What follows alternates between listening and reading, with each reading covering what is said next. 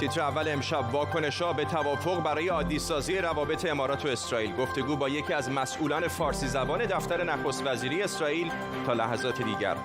شکست دیپلماتیک آمریکا در شورای امنیت. مرحله بعدی در جدال ایران و آمریکا چه خواهد بود؟ و همراه با مهاجران ایرانی در مسیر پرخطر سفرشان از ایران به اروپا. به تیتر اول خوش آمدید.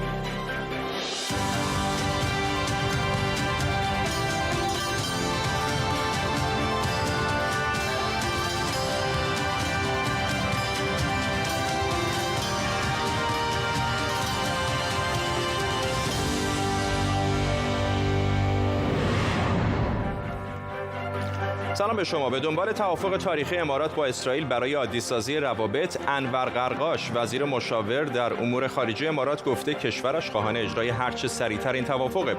همزمان واکنش‌ها به این توافق مهم شدت گرفته. روزنامه کیهان نزدیک به رهبر ایران در سرمقاله‌ای تهدیدآمیز نوشته امارات حالا هدفی مشروع و آسان برای مقاومت.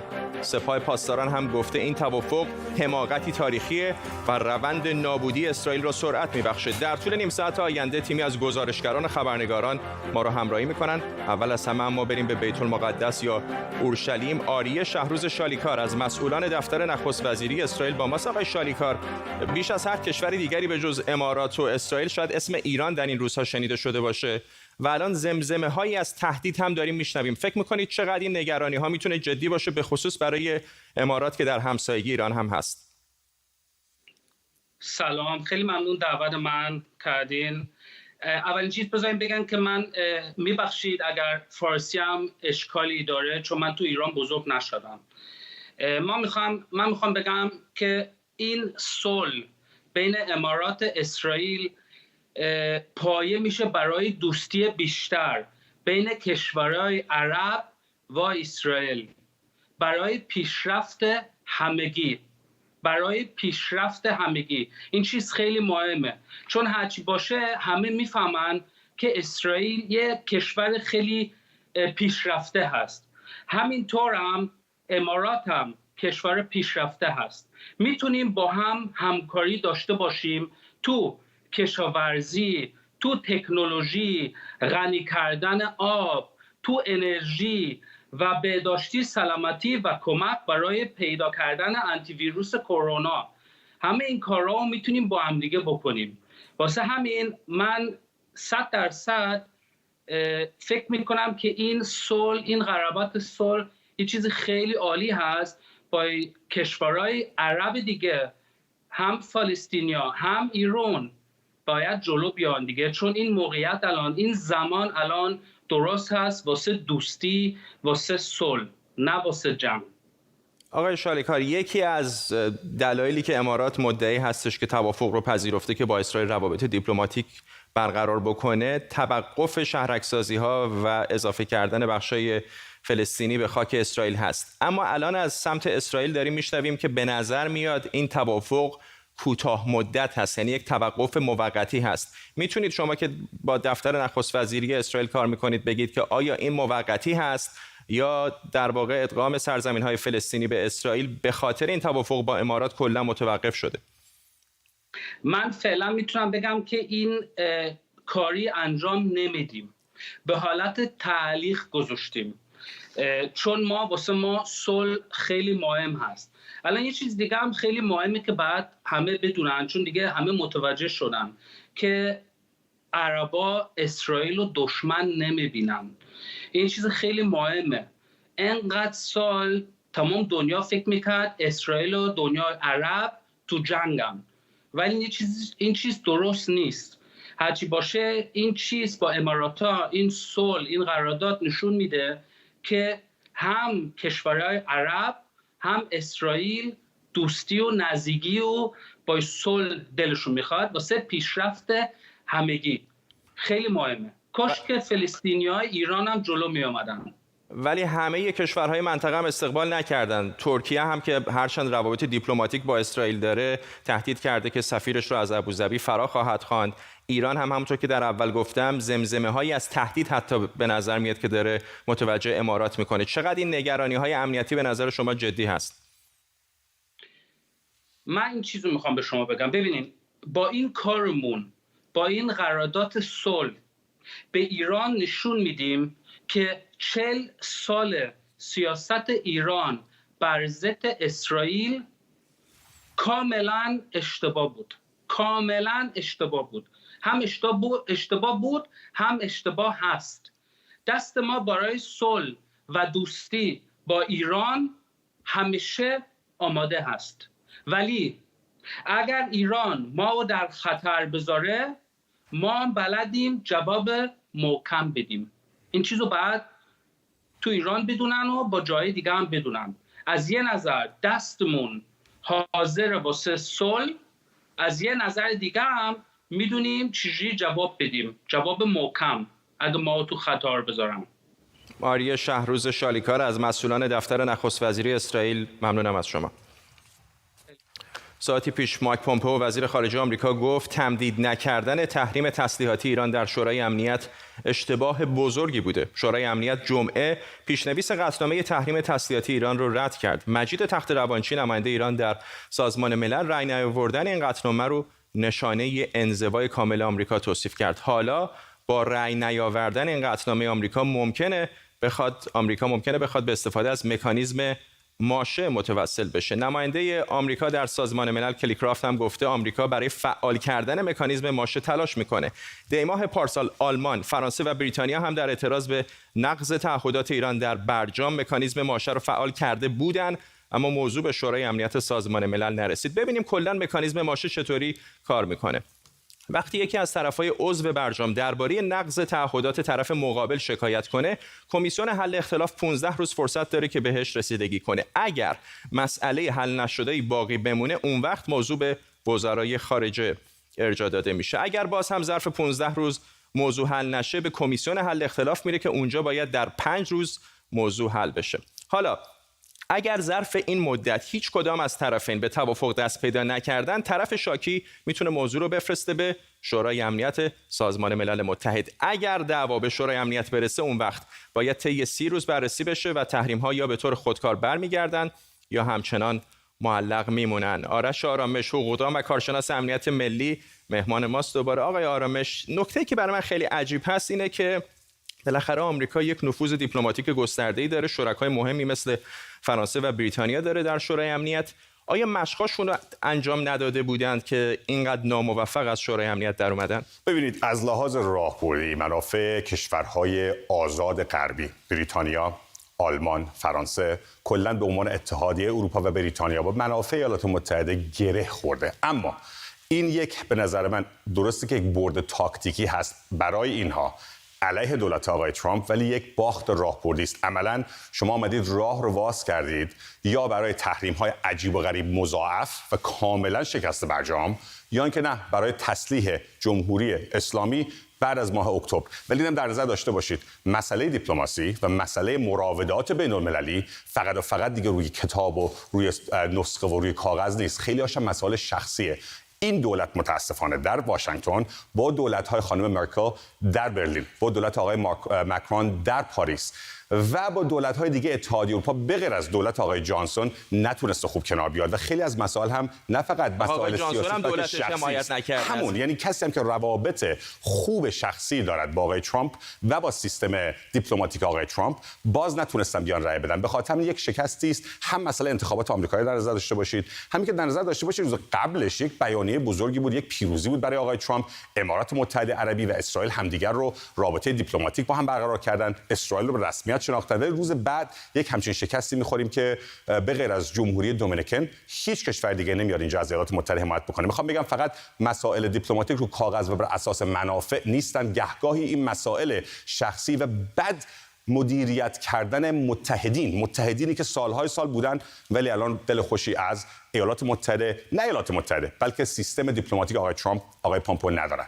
حالا حدس من اینه که دستگاه دیپلماتیک آمریکا میبینه خب این گزینه شورای امنیت به نتیجه نرسیده، این احتمال مطرح هست به هر حال که ممکنه برن سراغ گزینه مکانیزم ماشه. به نظر شما چقدر از نظر حقوقی اصلا همچین چیزی ممکن هست با توجه به اینکه ایالات متحده از برجام بیرون اومده. داریم وارد یک منطقه حقوقی میشیم که تا حالا نبوده. از طرفی بند 36 و 37 برجام اجازه میده که همونطور که شما هم توضیح دادید اگر اختلافی باشه برن به کمیسیون مشترک، بعد از اون 15 رو ثبت کنن، بعد از اون و غیر ذالک. مسئله اینجاست کشوری که در برجام نیست آیا این اختیار و این گزینه رو داره که بر اساس برجام، بر اساس معاهده‌ای که خودش یک طرفه از اون کنار کشیده به قول معروف ادعای شکایه بکند یا نه؟ این مسئله اصلی است. از اون طرف هم متاسفانه ایالات متحده گفته بود که اگر مسئله برجام و مسئله ماشه هم درست از آب در نیاد، متحدینش در شورای امنیت پشتش خواهند داشت. یک مسئله سختی شده، ولی در نظر داشته باشید تحریم‌های یک جانبه ایالات متحده هم اگر دوباره بخوان تحریم‌های مضاعف بکنن، بالاخره بریتانیا، فرانسه، آلمان و کشورهای دیگر رو همراه خودش خواهد داشت. نمیتونن تحریم‌ها رو بشکنن یک طرفه، چون که حالا با سیاست‌های ایالات متحده به قول معروف همراهی ندارن. آرش آرامش حقوقدان و کارشناس امنیت ملی، ممنونم از شما. زمستان 2 سال پیش BBC گزارش داده بود که 100 نفر به طور غیرقانونی از فرانسه با قایق به بریتانیا آمدند. طبق اون گزارش همه اون 100 نفر ایرانی بودند. این روزها بحث ورود غیرقانونی با قایق‌های بادی به بریتانیا دوباره بالا گرفته. وزیر کشور بریتانیا گفته باید جلوی قایق‌هایی رو که از فرانسه غیرقانونی وارد انگلیس میشن گرفت.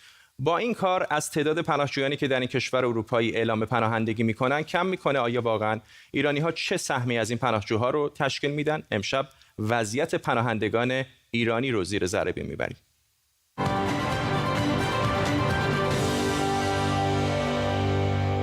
شاید تعجب کنید اما پارسال بین همه کشورهای دنیا بیشترین تقاضای پناهندگی رو در بریتانیا ایرانی‌ها دادن. این نمودار مقایسه درخواست پناهندگی بر اساس ملیت. نزدیک به 30% آسیایی هستند و از اون 30% نزدیک به 27%شون از خاورمیانه. پارسال ایرانی‌ها با 4853 درخواست پناهندگی در صدر جدول بودند. بعد از ایران آلبانی با 3453 درخواست، سوم عراق و بعد هم پاکستان و اریتره هستند. از 5 سال پیش تا الان ایران مقام اول رو داره. توی سالهای اخیر ایرانی‌ها از نظر تعداد درخواست در اتحادیه اروپا هم بین 10 تا کشور اول بودن.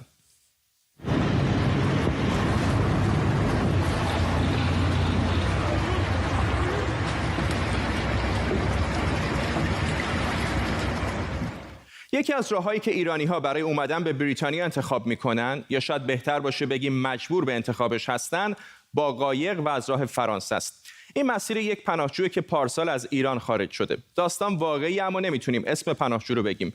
قاچاقچی بهش پیشنهاد داده از راه ترکیه خارج بشه. چون ترکیه سابقه استرداد ایرانی‌ها رو داره، قبول نکرده و به جاش با پرواز رفته به گرجستان و از گرجستان هوایی رفته صربستان.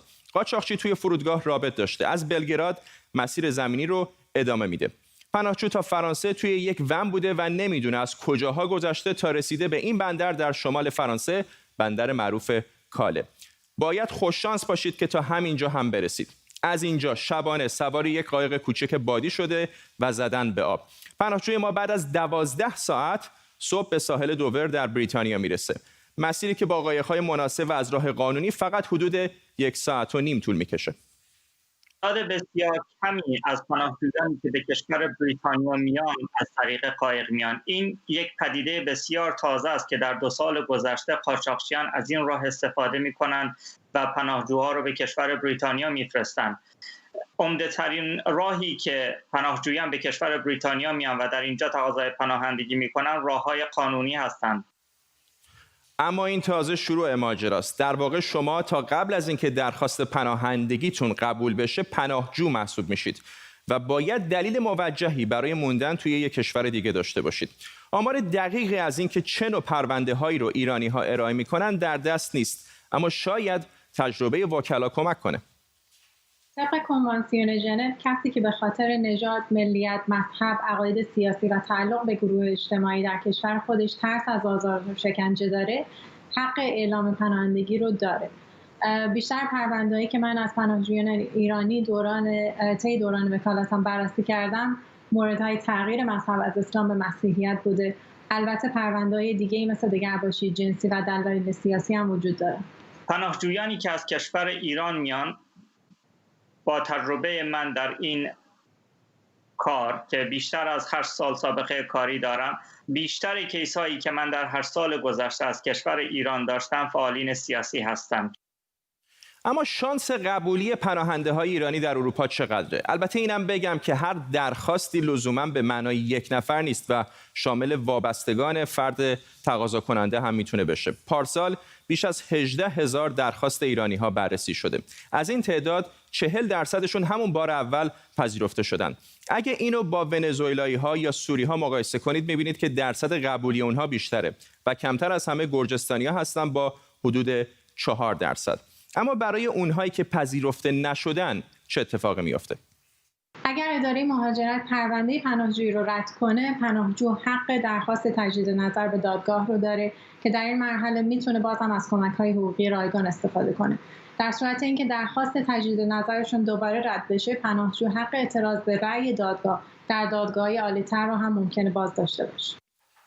تخمین زده میشه که بیش از 200,000 نفر ایرانی در کشورهای دیگه یا پناهنده یا پناهجو هستند. کمیساریای عالی سازمان ملل متحد برای پناهندگان تغییرات سیاسی اجتماعی بعد از انقلاب اسلامی رو از علل مهم این روند میدونه. جالب این که ایران خودش در بین 5 کشور اول میزبان قرار داره. 1 میلیون پناهنده در ایران هستند. از این تعداد بیشترشون یعنی حدود 950,000 نفر پناهنده افغانند. ایران نزدیک 99 میلیون دلار بودجه از سازمان ملل درخواست کرده که تا اینجا 16 میلیون دلار بابت پناهنده ها پول گرفته. حالا این در حالیه که ایرانی ها بعد از پاکستانی ها دومین جمعیت پناهجو در افغانستانن. یعنی بعضی از ایرانی ها به افغانستان پناهنده شدن.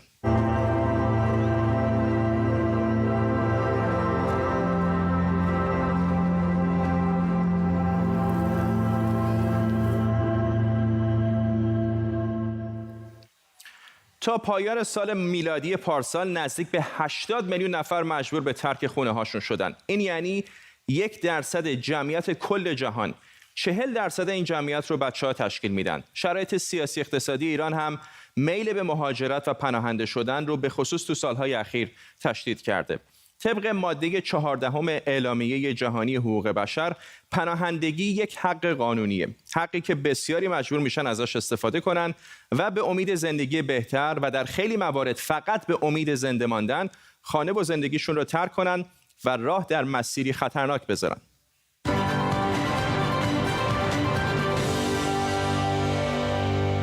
همونطور که تو زیر ذره‌بین هم دیدید، بندر کاله دروازه ورود خیلی از پناهجویان از فرانسه به بریتانیا است. تناز خامه خبرنگار ما دیروز اونجا بوده و الان از برمینگهام با ماست. تناز یکم در مورد شرایط پناهجویان در کاله به خصوص تو این روزهای کرونا برامون بگو که چطوریه اونجا. فرداد، بندر کاله دیگه حتی کاله 2 هفته پیش نیست. با داوطلبانی که برای مؤسسات خیریه کار میکردن وقتی صحبت میکردم میگفت دیگه انبارهامون داره خالی میشه از مواد غذایی و آب و از طرف دیگه تمام خونه‌های موقت، کمپ‌های موقتی که به بعضی از پناهجوها در بندر کاله داده بودن به نظر میرسه که داره ازشون گرفته میشه و اونها آواره کوچه و خیابان میشن. خب دیگه جنگلی هم وجود نداره. میدونی که 4 سال پیش اون جنگل از بین رفت و بعد از اون همینطور در نقاط مختلف یک سری‌ها چادر میزنن و بعد پلیس حمله میکنه، اونها رو جمع میکنه و مجبورن که به یک جای دیگه برن. در حال ما بعد از پرسجو پیدا کردیم جایی که تقریبا ایرانی ها رفته بودن موقتا چادر زده بودن، در کنار هم بودن، تونستیم باهاشون صحبت کنیم. وقتی که ازشون سوال کردم شرایطتون چطوره، اونها گفتن دیگه اینجا برای ما بهشته. وقتی این پاسخ رو شنیدم، نه تنها برای من، فکر کنم برای همه سوال باشه مگر اونها چه شرایطی که داشتن که ایران رو ترک کردن و چه اتفاقهایی تو این راهها براشون افتاده که الان میگن اینجا بهشته. اگر بخوام پاسخ‌ها رو خلاصه برات بگم اینه که ما شاهد این هستیم پناهجویان تحت فشارهای مختلف اقتصادی، اجتماعی، سیاسی هستن در ایران رو ترک میکنن. بعضیا ماه‌ها و سال‌ها در راه بودن، مورد تجاوز و آزار و اذیت قرار گرفتن، عزیزانشون رو از دست دادن و حالا به نقطه‌ای رسیدن که میگن بهشت و مسیر آخر بسیار کوتاه و آسونه، یعنی گذر از این گذرگاه آبی. با یکی از این پناهجو گفتگو کردم، با هم ببینیم. ایرانی‌ها زیادن، هر روزم بیشتر میشن، آدمای جدید میرسن، خیلی‌ها با خانواده میان. الان زن و شوهر هستن با 2 تا 3 تا حتی بچه کوچیک 3 ساله 5 ساله. توی این جنگل شبا بارون میاد، خیلی‌ها وقتی تازه میرسن چادری چیزی ندارن، هیچی ندارن، رو زمین میخوابن. مثلا اینجا پشه شما رو نیش بزنه، به احتمال زیاد بعد از چند روز ممکنه که زخم کنه، چرک کنه، عفونت کنه. اکثرا اینجا بچه‌هایی که پاشون بریده میشه بالاخره جنگل یا میرن گیم یه جایی زخمی میشن، دچار زخمای عفونی میشن. قدم تو این راه گذاشتی میدونستی که یه روزی ممکنه تو جنگل کاله باشی و شرایطی باشه؟ اصلا بهش فکرم نمی‌کردم. وقتی که از ایران در اومدم تقریبا مطمئن بودم که تا 2 هفته 3 هفته دیگه کاملا راحت و بدون هیچ سختی میرسم به انگلیس، بریتانیا. ولی خب الان حدود 4 سال میشه که از ایران خارج شد. من تقریبا 6 ماه تو زندان بودم، توی یونان، توی زندان در وسط. اصلا من پامو از دریا گذاشتم تو خشکی یونان، پلیس منو دستبند زد برد زندان برای 6 ماه. من هرچی گفتم وکیل میخوام منو دیپورت کنید، گفتن پروسش همینه 6 ماه بمون، بعداً برگه ترک خاک دیپورتی بود. انواع یک جای فوق العاده کثیفی، انواع بیماری ها گرفتم. الان که اومدم تو این جنگل 10 روزه دارم یاد اونجا میافتم، چون دوباره این زخمای چرکی و عفونت و اینا آنتی بیوتیک نمیدن و دسترسی نداریم. من واقعا این سختی‌ها اگر مشکل نداشتم، اگر میدونستم تو ایران خطری تهدیدم نمیکنه، واقعا فکر میکردم به اینکه برگردم ایران، ولی نمیتونم. در از شرایط بسیار دشواری هست، حتی تا همین کاله رسیدن هم همونطور که مهمانت گفت واقعا مسیر پرخطری هست. دوباره از کاله تا سرزمین اصلی بریتانیا هم بخوام برسن، همین مسیری که خود دیروز تو 1 ساعت و نیم 2 ساعت اومدی، ممکنه ساعت‌ها براشون طول بکشه، خیلی هاشون حتی جونشون از دست میدن. حالا وقتی میرسن به بریتانیا، شرایط اونها، شرایط پناهجویان در انگلستان چطوره؟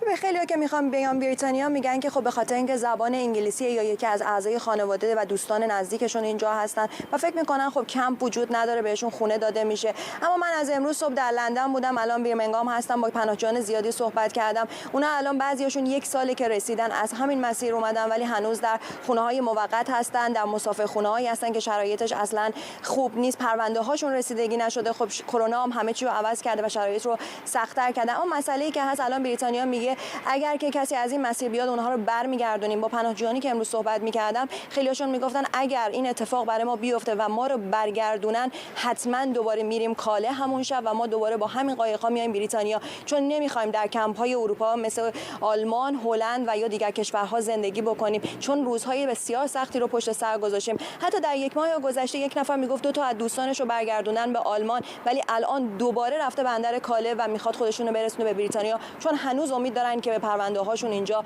بهتر رسیده میشه و از حقوق برابرتری برخوردار هستند. تناز خامه، ممنونم از اون تصویری هم که سمت راست میدیدید، مسیری بودش که تناز به صورت قانونی از کاله تا بریتانیا طی کرده بود. در زیر ذره‌بین هم دیدید، در مصاحبه تناز هم دیدید ترکیه یکی از مقاصد اولیه پناهجویان ایرانی که معمولا از اونجا به سایر کشورهای اروپایی میرن، به خصوص به جای مثل اینجا، یعنی آلمان، کشوری که در چند سال اخیر بیشترین تعداد پناهجویان ایرانی به امید زندگی بهتر و بعضی ها هم به دلیل مشکلات سیاسی اجتماعی و خطراتی که در ایران تهدیدشون میکرده خودشون رو به اونجا رسوندن. دانیال بابایانی و مریم شیشه‌گر از ترکیه و آلمان هر دو پناهجو همراه ما هستند. با آقای بابایانی شروع میکنم. شرایط پناهجویان الان در ترکیه چطور هست؟ میدونم که سالهای پیش شاید به یه شکلی راحت‌تر بود، میرفتن دفتر سازمان ملل ثبت نام میکردن، الان به نظر میاد که اون روند قدیمی هم وجود نداره.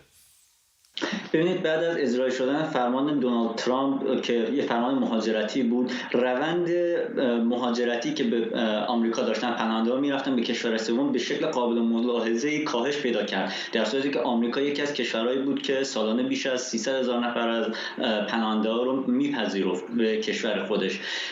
از طرفی همه اینها باعث شده که نبود بیمه درمانی و اجازه کار برای پناهنده‌ها مشکلات روزافزونی ایجاد بکنه و در کنار این کمیساریای عالی سازمان ملل روند رسیدگی به امور پناهنده‌ها رو به اداره مهاجرت واگذار کرده. این هم تأثیر داشته در روند پروسه انتقال پناهجویان به کشور سوم. همه این موارد دخیل بوده که مشکلات بسیار بغرنجی رو در ترکیه برای پناهندگان ایجاد شده و پناهندگان دیگه تحمل زندگی در ترکیه رو نداشتن و سعی کردن که به کشور سوم برن، خودشون به صورت غیرقانونی، به کشورهای چون آلمان و اتریش. جالبه که به آلمان کردید، همونطور که فرمودید رفتن به آمریکا که تقریبا الان به خصوص برای پناهجویان ایرانی غیر ممکن شده. آلمان یکی از اون مقاصدی بوده که هم پناهجویان ایرانی و هم پناهجویان سوری به خصوص در سالهای اخیر خیلی موفق شدن که به آلمان سفر بکنن. الان شرایط پناهجویان در آلمان چطور هست؟ در واقع یه پیش‌زمینه در مورد خودم بگم که من هم مثل بقیه پناهجوهای ایرانی مسیر ترکیه، صربستان، یونان تا آلمان رو در واقع اومدم و حدوداً 2 سال تو راه بودم تا رسیدم آلمان. شرایط در واقع یه سری ایدئال ها داره قبل از رسیدن به آلمان که وقتی وارد آلمان میشی در واقع باهاش روبرو نمیشی و اون شکلی که فکر میکنی اتفاق نمیفته و فکر میکنم من خودم خیلی اذیت شدم. تقریبا 1 سال توی هایم ها یا حالا توی کمپ مادر، 1-2 ماه توی کمپ مادر، بعد توی هایم هایی که اصلا شرایطش مناسب نیستن، توی روستاهای دور افتاده هستن، یعنی دسترسی به وسایل نقلیه عمومی انقدر آسون نیست و یه وقتایی مجبور میشی با 2 تا 3 تا خانواده در واقع توی یک واحد زندگی کنی و آسون نیستش. از شما مریم شیشه‌گر و دانیال بابایانی از آلمان و ترکیه با ما و به این ترتیب میرسیم به پایان تیتر اول امشب. تا فردا، بدرود.